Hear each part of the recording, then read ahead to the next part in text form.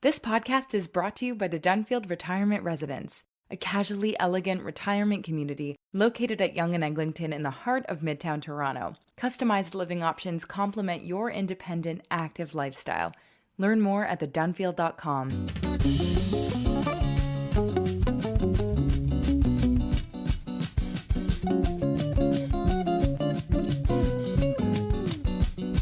By banning the menorah, that is politicizing Hanukkah. We are calling here today for the immediate and unconditional release of all our hostages held in Gaza. Bring them home! Bring them home!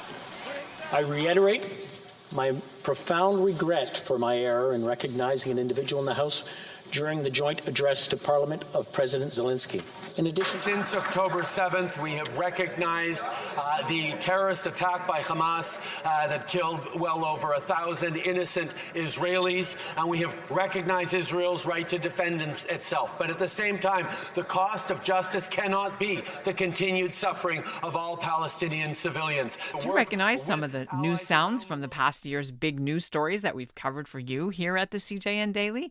From the former Ukrainian Nazi soldier receiving a standing ovation in the House of Commons, and then the scandal forcing the Speaker, Anthony Rota, to resign in disgrace, to the Moncton menorah scandal, and October 7th, of course, which changed everything, at least for Jewish people, and our coverage since then, which has been laser-focused on the Middle East, Israel's Black Sabbath, the terror attacks that killed 1,200 people, including 8 Canadians at least, Israel declaring war, the hostage-taking, and the disappointment and sometimes downright anger from Jewish leaders about some of the policy positions that the Trudeau government has taken lately on the Israel-Hamas war, both at home and in the recent vote at the United Nations.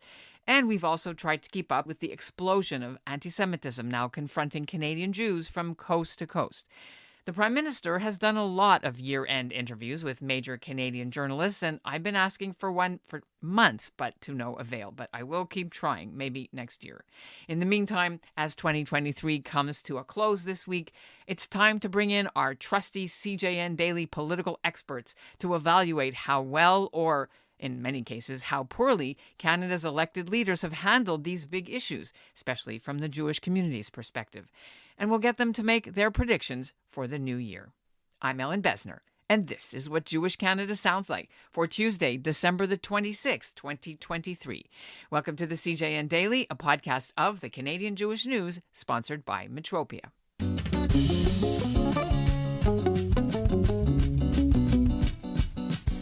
So, will Prime Minister Justin Trudeau take a walk in the snow this coming winter and retire when he gets back from Jamaica? Or will he stay in office and try for a 4th term? Will Pierre Poilievre pick up all the Jewish votes because of his steadfast support for Israel? Or which politician might surprise us all? To unpack it, who better than the insiders with the Conservatives, the Liberals, and the NDP? Joining me now from Toronto are Stephen Adler, a former Conservative Party insider, now a senior director with National Public Relations. Emma Cunningham is a former Ontario NDP riding president who left her party over anti-Semitism. She's now a Durham District School Board trustee, and she's in Pickering, Ontario. And David Birnbaum is a former Liberal member of Quebec's National Assembly for the riding of Darcy McGee. He retired from politics last year, and he joins from Montreal. Welcome back. It's nice to see you again. Thank you. It's nice Pleasure to see you all. Thank you. Well, if we would have thought when we set this political panel up last year that the world would have changed, and I'm not talking about COVID, I'm talking about for Jewish people, I mean, people would not have believed that this is where we're at now we're almost 3 months into the Israel-Hamas war and all the ramifications that it's had on Canadian politics. But there were other stories, too, that happened this year, although no one remembers any of them because right now we're laser focused. But I know that we have to talk about those. So let's start with stories that are front of mind, front page first, which is, of course, the Israel-Hamas war and Canada's position and all the fallout. I want to start, we'll do a roundtable and just ask, we'll go with Stephen first because you're the top left of my screen, not left of the political sphere, but left on my screen. What has been the biggest story for you this year in terms of Israel-Hamas and its impact on Canada? I think the biggest story for me has been the disconnect between what the government says at 9 a.m., then what they may say at noon, then what they may say at 3 o'clock. governments don't live in a vacuum and stories move, but I have not seen for a long time coming out of a meeting someone saying one thing and then it feels like 20 minutes later the polar opposite being released by a bureaucrat, by an ambassador to the UN, or by a political staff member.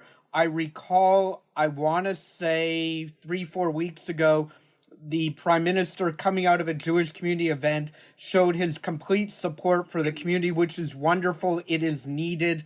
And across the board, we're seeing it.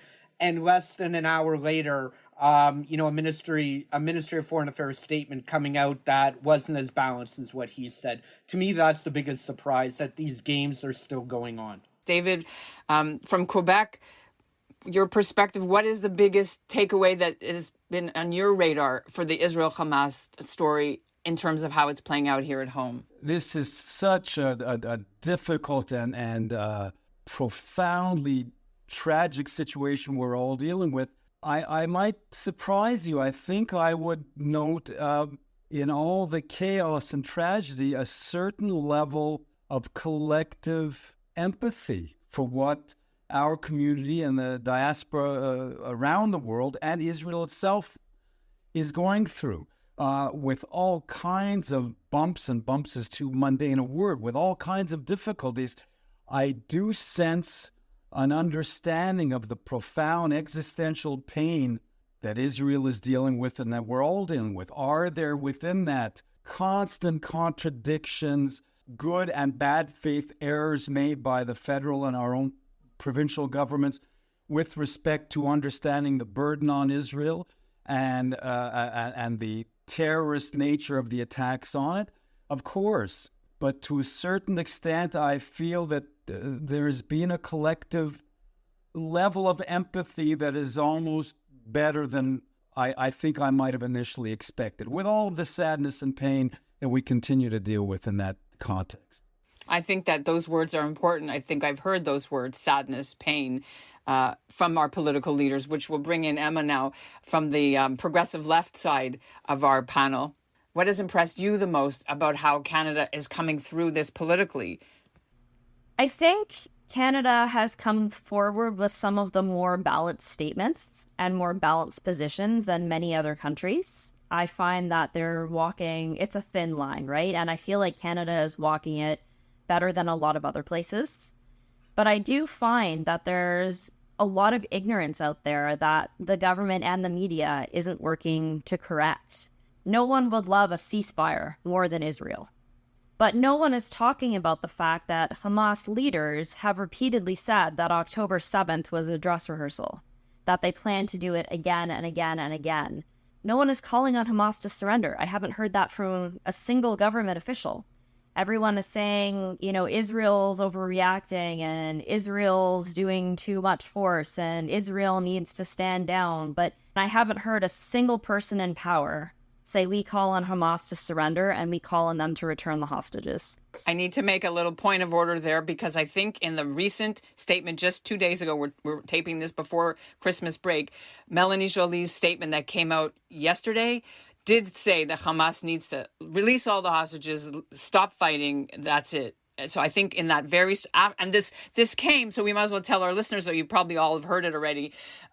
This came after that video, thank you. It was like a cameo that you pay for and then they do a birthday wish for you. Thank you, Canada, for voting to call for a ceasefire with Australia and other nations at the UN.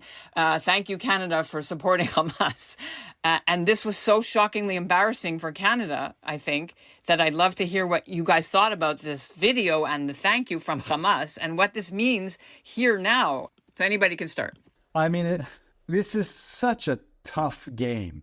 It's a tough game. And I mean, in my experience in politics, before you open up your mouth, you have to build the credibility with those audiences you want to convince to have what comes out of your mouth heard. And when I say that, it doesn't require credibility from only your allies, but from your adversaries. Your allies are on your side already. And what I'm getting at is that for Canada or any government to be making delivering messages that are heard, that are positive and accurate regarding Israel, you have to have established your credibility on the international stage as a player, which to start with is somewhat difficult for Canada, but also as a voice that reflects some empathy and understanding for those who we might properly consider adversaries. That's a terribly tough balancing act. And from that point of view, I would guess that if you were to see major polls on the perception of Canada with all its equivocating and so on towards Israel and the Israel-Hamas war, you would get a very substantial majority believing that Canada was very, very much in Israel's corner and in the corner of human rights and fighting terrorism. Do they deserve that moniker? Perhaps. I kind of think with a lot of errors they do. But that it requires building that credibility, and that credibility was obviously deeply hurt by Hamas throwing its congratulations at Canada, but in a convoluted way based on what I've just said. That statement suggested that Canada had found its way into the game. It's a very, very tough equation to solve. Are you speaking about the fact that before this video, Canada was definitely had, and Trudeau's all said this, and you can all weigh in if you remember, he's always condemned the attacks, called them terrorists, has never said the word ceasefire until now. He tried to. I watched him once live from Washington. He started saying this, and then he went humanitarian pause. Like, I taped that because I remember him trying not to say the word ceasefire, and now they've moved. I just wonder what you make of the shift. So I'll open it up to Emma and Steve. Is there a shift in Canada's foreign policy? And if so, why now? Absolutely, there's a shift. And with the level of death in Palestine, I don't see how there couldn't be. And I think we should stop seeing ceasefire as a dirty word, but put the blame on Hamas and ask them to stand down first. Because as soon as they stand down, as soon as they cease fire, then there can be a conversation. But we can't have Israel stand down and just allow Hamas to destroy them.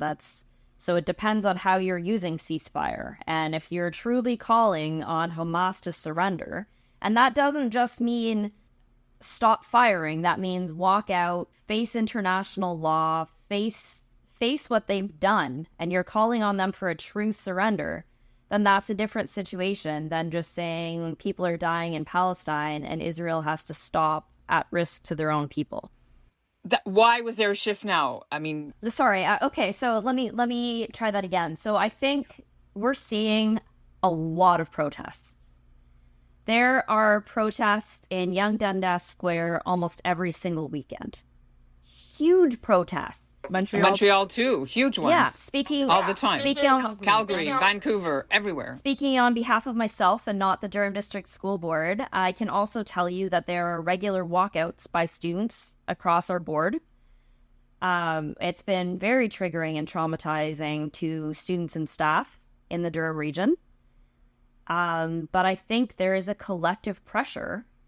And I think that the government is seeing that and acknowledging the sheer volume of people calling for peace in Palestine. Stephen? I think there's two things at play.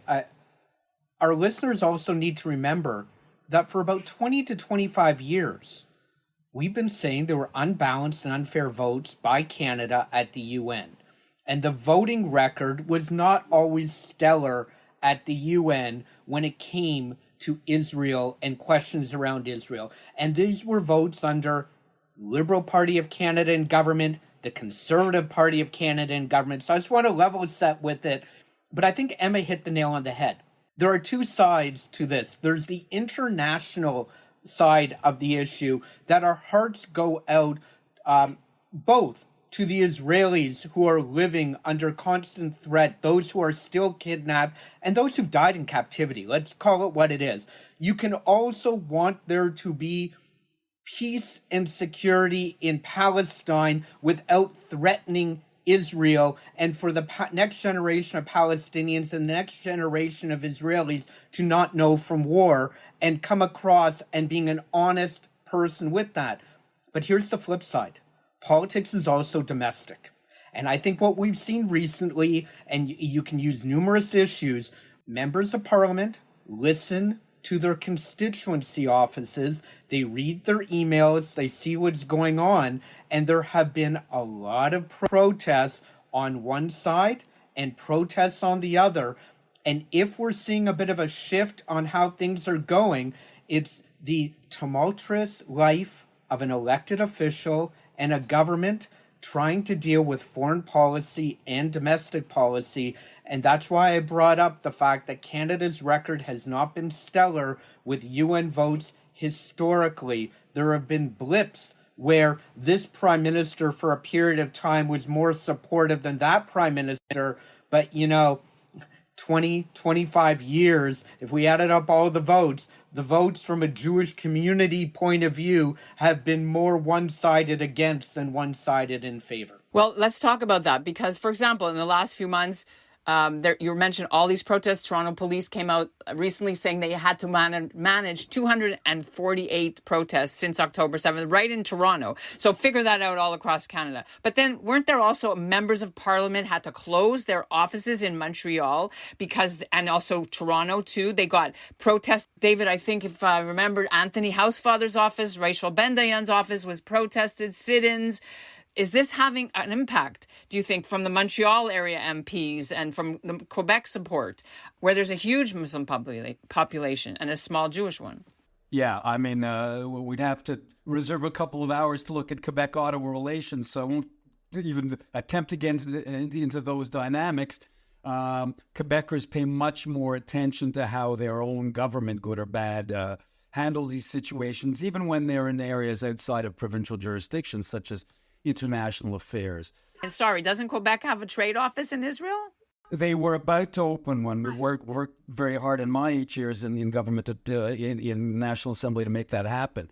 And it's on hold because it was about to open in the weeks before the tragic attacks of October 7th.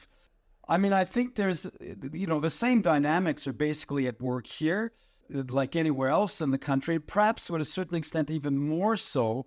MPs and particularly Anthony, showed tremendous courage. They have their constituency, which in Anthony's case is majority Jewish, but he's a member of Canada's parliament and very much on the public scene as a major committee chair and so on.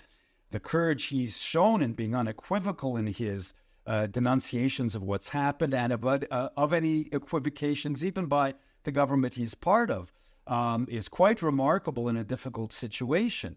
Now, he knows that when the doors close in caucus, that's right, there are many MPs, fellow MPs, who represent and are part of Muslim and Arab communities. So quite legitimately, in the kind of democracy we're all so proud of, these issues require a give and take and a tug and pull and less than satisfactory results across the board. And I do think that's what we're seeing. Again, first of all, I really want to make sure I'm not sounding like an apologist for Justin Trudeau because I'm not enormously impressed with how he's handled himself.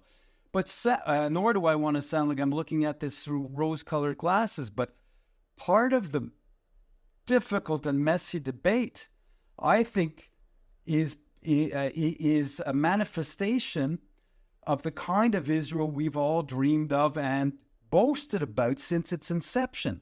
A country that broaches no limits on free speech, on angry and vociferous expression of ideas that can border on intolerance. Israel has set that democratic standard for itself, and without getting into politics, the current government has not embraced that kind of openness. But Israel itself has since its inception, demanded the kind of debate that feeds the difficult and wavering government action I think we see in a diverse country like Canada. Right, but you're living in I would have to say maybe in terms of sheer volume, Toronto has more, but you're living in ground zero for Molotov cocktails. I don't have to go on. You know what I'm talking about. The whole country's watched Montreal. I went myself personally in November to go and do an on-the-ground look on what my hometown has become. So what's the Quebec government's position? They're like, no, that's Ottawa. We're with you. Like they're actually much more consistently pro-Israel, I think, in their statements, have they not? And Valérie Plante too. Yeah, what I think has been encouraging in the face of, unspeakably obscene acts of anti-Semitism and direct physical threat, which just tears us apart. It's obscene. It's terrible. If there's any measure of hope in that, it's and I think people like Ita Uden at CJN and others would testify to this. It's the open door and active cooperation they've seen, particularly from the chief of police of Montreal, from, frankly, a premier who I'm not very proud of, but from a premier and a mayor. Again, there have been some equivocations here and there, but with respect to on-the-ground responses and efforts to practically counter these acts of terrorism that luckily haven't resulted in any deaths, those government interveners have been quite present and active.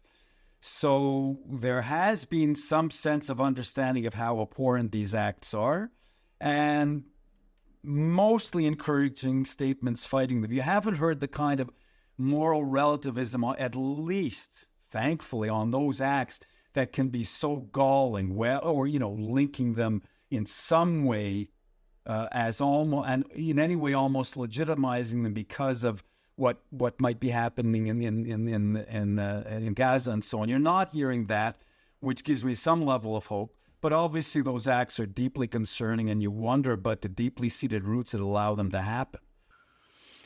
David just mentioned about sort of moral equivalency, but in terms of, there have been members of parliament who've been tweeting things that are actually denial or lies that are from the NDP.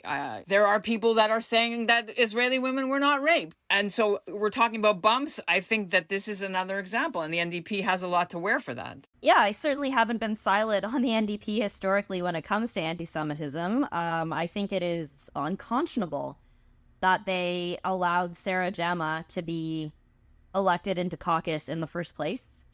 We're talking provincial NDP for our listeners, not federal, but I was also talking federal MPs who tweeted lies. Fair enough. So I'm just going to say Sarah Jama did nothing differently than she did before being elected to office. She continued to support the same causes, be the same person, and endorse the same things that she always had.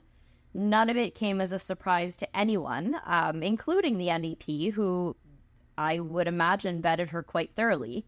So her conduct does reflect on the NDP because they decided it wasn't a deal breaker to her. Fortunately, they did throw her out, although they turfed her over the fact that she was giving them surprises, not over her views. They were very careful to say that it was only the fact that she was blindsiding them with things rather than giving them a heads up in advance. And not once have they ever condemned any of the things that they said. So our federal NDPs tweeting denial on things, yes, absolutely. But I think Sarah Jama is the most glaring example of anti-Semitism, because you can be pro-Palestine without being anti-Semitic. And she is so far over that line into anti-Semitism that it's outrageous that she was ever allowed to be elected as any member of any party. Stephen, I haven't talked to you about this yet, so let's bring you in. Look, every party, I've never been an elected official. I've worked as political staff. What happens in caucus should stay in caucus. When a leader tells a member to do something, members of caucus should do what the leader or the leadership say for them to do. Let me contrast leadership styles. I don't want to get into the inner workings of the NDP because I'm not privy to what the exact things are. I have my own opinions on Sarah Jama, the candidate, the MPP. Being from Hamilton, it touches very close to home, the riding of Hamilton Centre, Andrea Horvath's old riding, David Christopherson's old riding, etc. But I just want to focus on the leadership style differences. In Premier Ford's first term, he turfed people out of caucus. You went against what the Premier said, What the party thrust was, you weren't a member of caucus anymore. Right, and now Roman Baber is running as a conservative candidate against Yara Sachs, which is one of my questions down the road. Exactly. But Prime Minister Harper has had, I believe under Prime Minister Harper's tenure, there were members of the Conservative Party. Under every Liberal leader, and I'm not saying this facetiously, there have been those who spoke against the values of the party and were removed from the party, etc. What we saw play out was potentially some of the leadership struggles and testing a brand new leader. We also have to remember, Marit Stiles had just been elected leader of the party and was challenged in a way of caucus unity that seasoned party leaders can struggle with as well. Or the federal Liberals, we should mention Jody Wilson-Raybould and the Minister of Health booted out for being whistleblower. We won't go there. There's a whole book that she wrote about it. To me, as an outsider looking in, but someone who deals with Queen's Park a lot, it's more of a question of I'm going to be interested to see Bonnie Crombie, the new provincial Liberal leader, current mayor of Mississauga, should a challenge arise for her before she gets a seat in the legislature. Will she be able to rule authoritatively with caucus to have one voice? I know I'm going a bit off topic from the global issues, but that's a giant issue at Queen's Park right now. It took the message away from some challenges that Premier Ford and his government were having, and for about 3 weeks, the spotlight was on the provincial NDP. If you're a conservative, you loved it. Right, because we're talking about the Greenbelt scandal. But now he's got the Jewish vote. When I was at the Israeli consulate the other day, Doug Ford was the guest of honor for the Hanukkah lighting ceremony.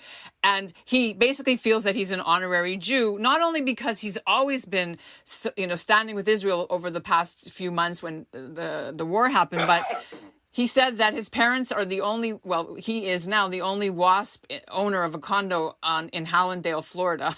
And everyone else in that building is Jewish. So I looked up the address. Anyone wants to know. He actually invited everyone to come visit him. But aside from that, with the caucus unity, let's talk about some of the players. You mentioned Anthony, Housefather David. He has been against the government, not just for the liberal policy on Israel-Palestine or Hamas now, but also on language, on English language rights. He has spoken out. And how is this going to cost him? He lost a junior portfolio, did he not? Because of this, is that linked? I would suggest without a doubt, what's interesting just from the political point of view, each of the examples just about that we've mentioned where someone has been banished from caucus, it's not necessarily for offering controversial public views. It's for defying their own leader. So it's usually been small rather petty politics that has resulted in slaps on the wrist. And yes, no doubt, Anthony has paid a price for his insistence on independence on issues that matter to his credit. There are issues where he's not had to face dissonance in the riding because he's speaking four square on positions that his constituents back, but they remain courageous and morally strong positions that he's taken at a political cost, and that's to his credit. But the criteria for judging all this, I think, have to be different when we're talking about overall how governments on an international issue respond, because those are about much wider politics. And, having spent, some 40 years representing our Jewish community as a former director of the Canadian Jewish Congress and the English-speaking community as the head of two major organizations, I've gotten woefully comfortable with the notion of incremental change, and very often positive change being nothing more than the absence of bad steps backwards. It's not fun, but that very often is the life and reality of minority communities. So I do think we always have to be looking we have to have as our standard, obviously, what's morally right and absolutely morally right. We always have this sad obligation to understand that you're not going to reach those absolutes in real life because there are other and, yes, very legitimate and competing forces that require justice and equity as well. So it's never going to be a perfectly satisfactory battle. And it's very tough when the stakes are as high as they are in the deeply existential issues we're talking about. There have been calls for Anthony to cross the floor in the last few weeks. Come to the Tories or sit as an independent. Have you heard about these, and what do you think the likelihood is that or other people will follow him? First of all, I would suggest the likelihood would be zero, knowing Anthony. Second, I think it's, frankly, a facile and rather silly thing to say. Anthony has made public choices that, like I say, many would qualify, including me, as deeply honorable. He's made them and remained within the Liberal caucus, let's be fair. He's understood that there are some political costs that I think he's paid with respect to advancing within that caucus, but he remains deeply involved as a member of the government side caucus by exercising by pulling the elastic pretty far, but by exercising his rights within the governing caucus. To suggest that those deeply principled positions are impossible to take while he remains within his party is not fair. It's not true. What about the next steps for this government in terms of January? I mean, the war is not going to end. We're going to have more, I guess you called them bumps. I like that. So we'll bumps. What do you think is going to be the next thing after the break? What are we going to see from the Liberals? And what we haven't also talked about how Poilievre is trying to get the Jewish vote. He invited us to a press conference, specifically called me. The office called me directly. I've never got a call before. Come to hear Pierre Poilievre speak about stuff. And that was the famous press conference that he started going after a Canadian press reporter and calling her a liar, and that they have to make 3 corrections when he was there to talk about Middle East politics. Can we talk, and I'll start with Stephen, of course, can we talk about how Poilievre has been for the Jewish vote and Melissa Lantsman, and is this going to be enough to carry them into the next election with a solid Jewish vote the way Harper was when a lot of Jews switched because they were so fed up with the Liberals on Israel?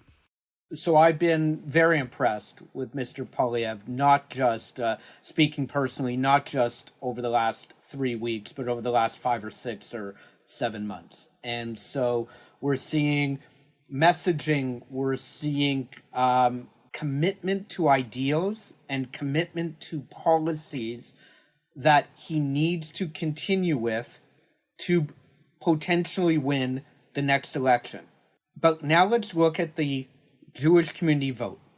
There's no saying that we are within a couple of kilometers of Bathurst Street from Lake Ontario to Lake Simcoe when you look at Toronto, rather than being spread out about 10 or 15 ridings. We're about 5, maybe 6 going north on Bathurst Street.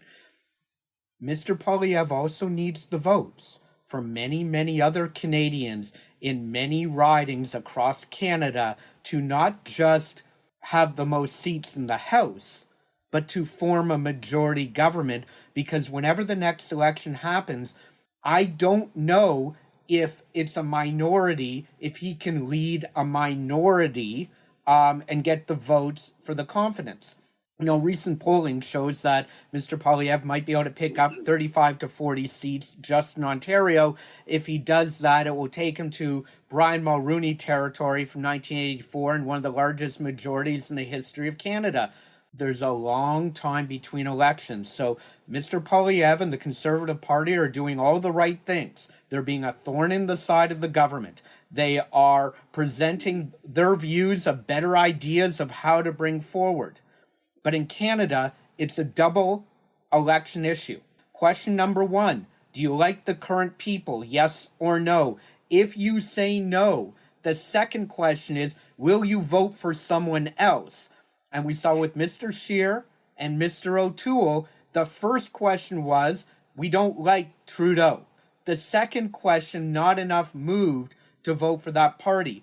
So I'm trying to separate the Jewish community's support for Poilievre and the Conservatives, which we've seen trajectory of for the last 15 or 20 years. It's not just new that last week they're moving over, but for those who would like to see a change in government, it's not just the Jewish community who will vote. That being said, Prime Minister Trudeau is one of the greatest campaigners I've ever seen. He gets into the corners. He puts his elbows up. He can be scrappy with the rest of them.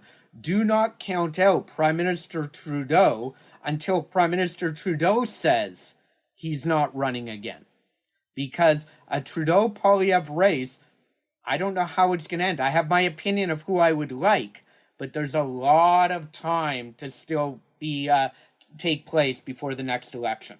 So do you think that that Poilievre is courting the Jewish vote, and will it make a difference? I know you said there's 5, but Montreal has a bunch. There's elsewhere. There's Winnipeg has a couple, right? There's 8 Jewish MPs now. Is this going to be a one-issue vote for Jewish voters if there was an election tomorrow? I think that's the right question. It may be, but even if every Jewish voter in Canada voted for the Conservative Party, there are not enough seats for Mr. Poilievre to form government based on that. Therefore, I think you're going to see expanded issues. And although a lot of my friends say they're single-issue voters, not a lot of them end up being just single-issue voters when they go in to mark their ballots. Had they been, John Tory's faith-based education policy would have become law in 2007. Emma? I definitely think he is courting the Jewish vote. I agree with Stephen that will not win him an election. And I know that as someone who spends all my time in leftist spaces, I spend a lot of time in spaces that are not safe for me. And I would say the left in general is in a bad spot right now when it comes to anti-Semitism. And so the Jews that I know on the left, we're in a really bad position. There's no way I can support an NDP government. I cannot physically bring myself to vote NDP. But as a leftist, I can't bring myself to vote Conservative either. And my local MP has been one of the people calling for a ceasefire from day one. I'm going to spoil my ballot in the next election unless something dramatic changes. And I hate that. But I don't see any way for me to vote in a way where I can keep my conscience intact. And that's what we're struggling with over on the left, is that there is no place that we can cast our votes in a way that has us leaving the polls not feeling awful about ourselves. And I think that's a tragedy for our community. David, you look very upset.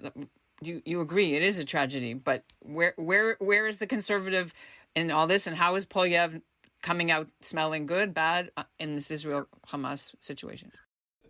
Very specifically, I don't think I think his pitbull persona is what comes to the fore in Quebec. Quebec collectively, with all its differences, is a progressive place.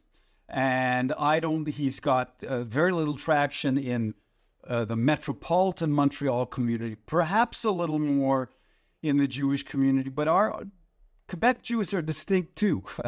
And I'm not sure they're watching him that closely. Two things from a purely sort of mathematical, tactical point of view as far as Poilievre is concerned.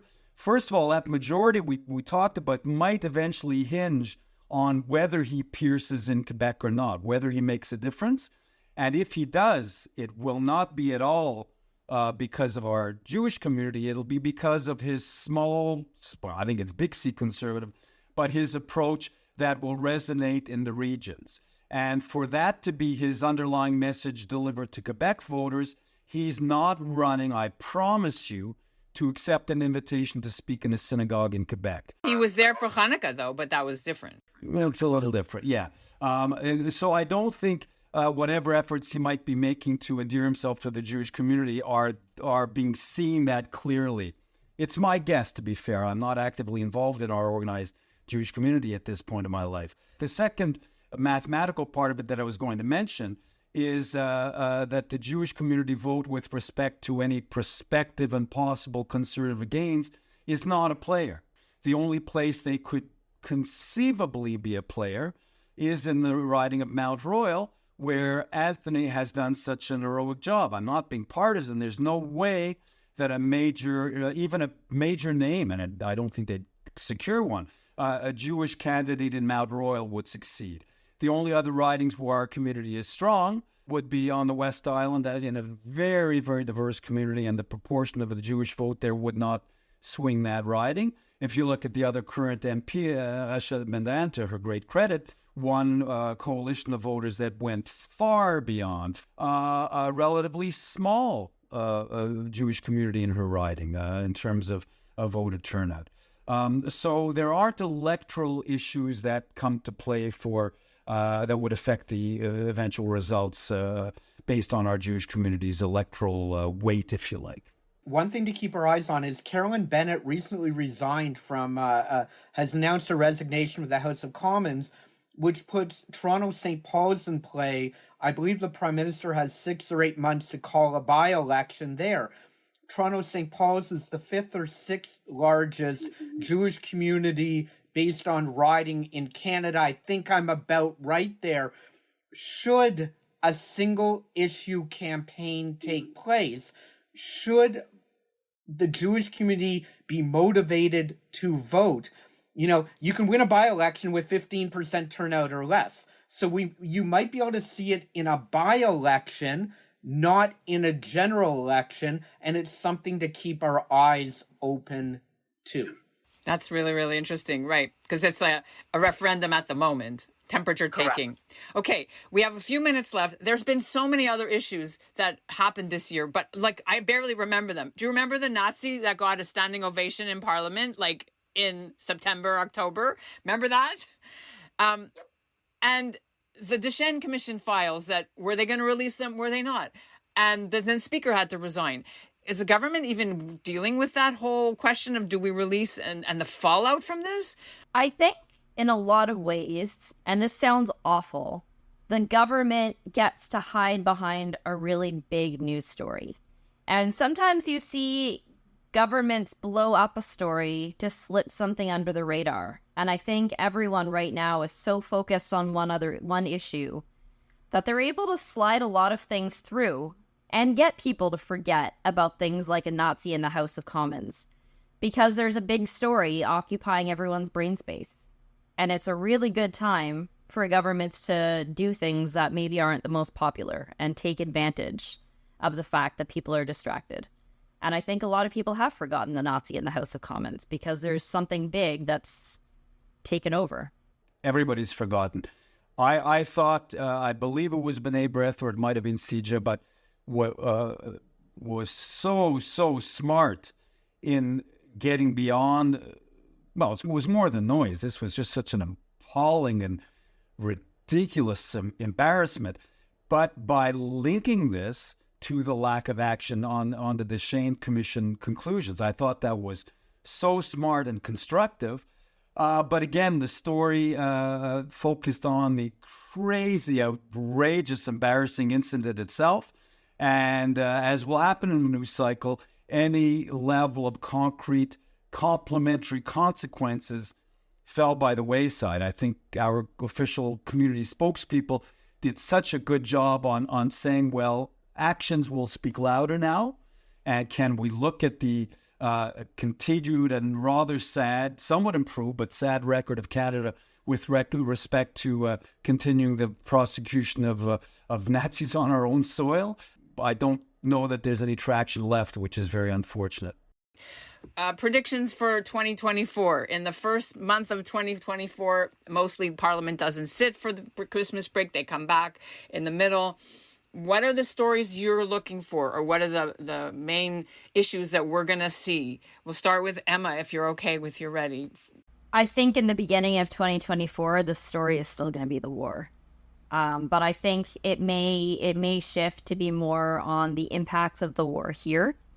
There's been a lot of anti-Semitism. Cases have risen. My daughter's school bus, someone was chanting Hitler.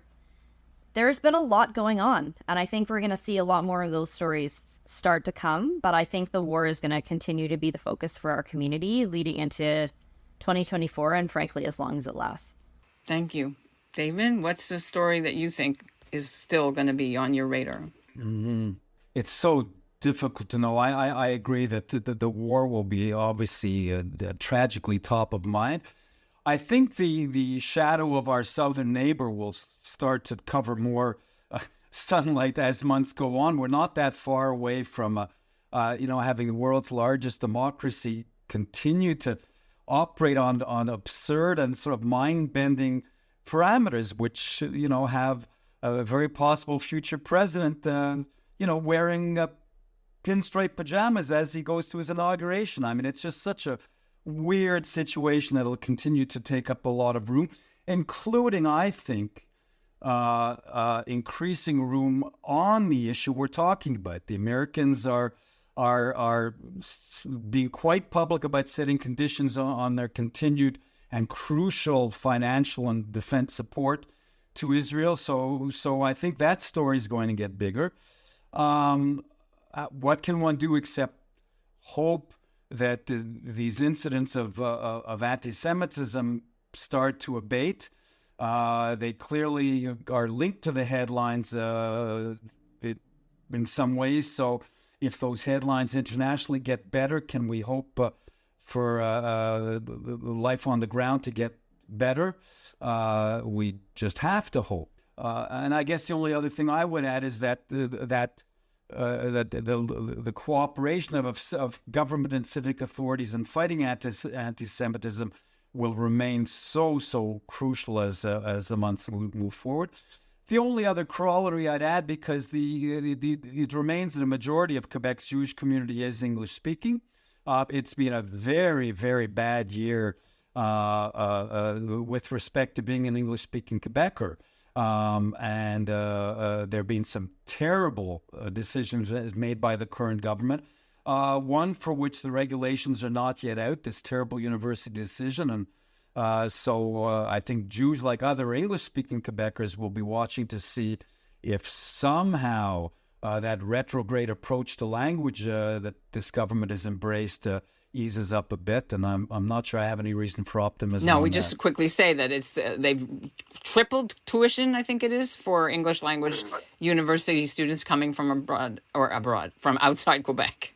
Stephen, can you give me your prediction? What's the story or two that you're looking at for 2024? In addition to what everybody else said, a year ago, no one had John Tory resigning and Olivia Chow becoming mayor of Toronto. So there's always a political surprise. What I'm looking for federally is, does the prime minister take a walk in the snow in February or March? If he decides not to, obviously his father took a walk in the snow in February to step down as prime minister. Does the budget pass in March, April? And what happens then? The tie-in to what's going on with Israel is, what happens to the front bench of the current cabinet should Mr. Trudeau announce he's leaving for who runs? Because you cannot stay a senior cabinet minister and run for leader at the same time. So I'm going to be watching that. What I'm also looking forward to and hoping for, and one of my stories would be, is the continued federal, provincial, municipal support that we are seeing, not just on issues of concern to our community being Israel, but we've seen a lot of housing announcements recently in Ontario, where the province, the feds, and the city are working together to build truly affordable housing and with programs to help those who need the help the most. So I'm hoping that continues. And my last one is, I'm looking forward to the political surprise. There is a giant political surprise every year. None of us know what it is. I come back to, no one had John Tory leaving as mayor of Toronto in February 2023 on their bingo card around Christmas time and New Year's Eve 2022. All right. It's been an honor to have you guys again. And I hope that next year it'll be a lot easier and quieter than it is for all the Jewish people and all of us watching as we go into 2024. Thank you so much, David Birnbaum in Montreal, Emma Cunningham in Pickering, and Stephen Adler in Toronto, our CJN political panel. Signing off. Thank you so much. Thank you. Best to all of you. And that's what Jewish Canada sounds like for this episode of the CJN Daily. We're sponsored by Metropia, integrity, community, quality, and customer care. You can always write to us and let us know what you think of the political panel's take on the big stories of 2023 and 2024. As always, I'm at ebessner@thecjn.ca. Now, this podcast is number 482 of the CJN Daily, and with your help, we'll hit the 1 million download mark in the new year. So if you like what we do, why not donate to the CJN before the end of the month of December, and you get your tax receipt for the 2023 tax return. The link to donate is in our show notes, or you can just go to www.thecjn.ca/donate. Until next time, thanks for listening to the CJN Daily. The Dunfield Retirement Residence offers customized living options to complement your independent, active lifestyle. Welcome home. Welcome to the Dunfield. Visit us at thedunfield.com to book a personal tour.